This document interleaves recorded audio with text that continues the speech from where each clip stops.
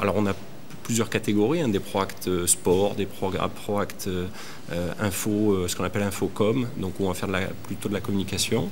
Mais après, je dirais que c'est au choix de l'étudiant, sachant que c'est à lui de valider la démarche ProAct.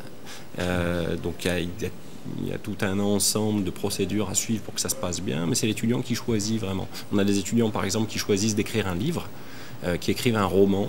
Ah bon, c'est arrivé ça? Ah oui, on en a plusieurs tous les ans qui écrivent un roman. C'est pas les nouvelles policières, c'est pas ça? Non. Alors ça peut faire partie des nouvelles policières. Les nouvelles policières ont été un ProAct. Oui, très bien, ça c'est un ProAct.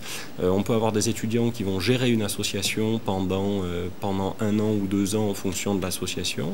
On peut avoir des étudiants qui organisent des événements culturels. Par exemple, un festival de bande dessinée qui existe depuis des dizaines d'années à Euromed et qui là est organisé par une équipe qui est en ProAct. L'idée, c'est d'avoir les 2 dimensions du manager, c'est-à-dire la possibilité de faire. Oui. Ça, c'est ce que nous demandent les entreprises qui embauchent nos étudiants, c'est d'avoir des gens opérationnels. Donc, qui savent faire déjà. Oui, qui sont capables de se mettre dans l'action et pas seulement de réfléchir, et surtout qui sont capables d'analyser leur action et de corriger leur action en fonction des résultats obtenus. C'est-à-dire qu'on apprend vraiment aux étudiants à agir dans l'incertitude de la réalité et à gérer cette incertitude, sachant qu'un projet, par définition, ce qui sera à la fin, c'est pas forcément ce qu'on avait prévu qu'il soit au début.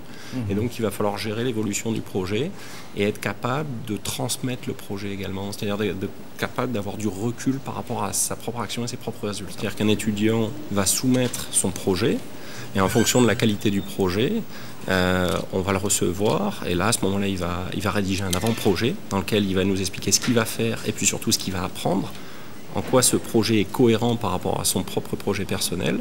Et puis après, il va rédiger un cahier des charges qui est en fait un mode d'emploi. Il va nous expliquer ce qu'il va mettre en œuvre pour réaliser son projet. Puis on va se revoir 1, 2, 3 fois pendant toute la durée du projet où il fera le point, les bilans intermédiaires sur l'avancée de son projet.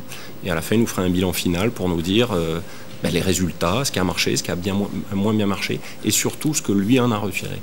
Nous, ce qui nous intéresse, c'est que chaque étudiant soit capable de dire « voilà ce que j'ai appris, voilà ce que je sais faire, voilà les compétences que j'ai pu acquérir à l'issue de ce ProAct ». L'originalité au Euromed Marseille, c'est que tous les étudiants sont amenés, pour valider leur cursus, à développer un projet quel qu'il soit.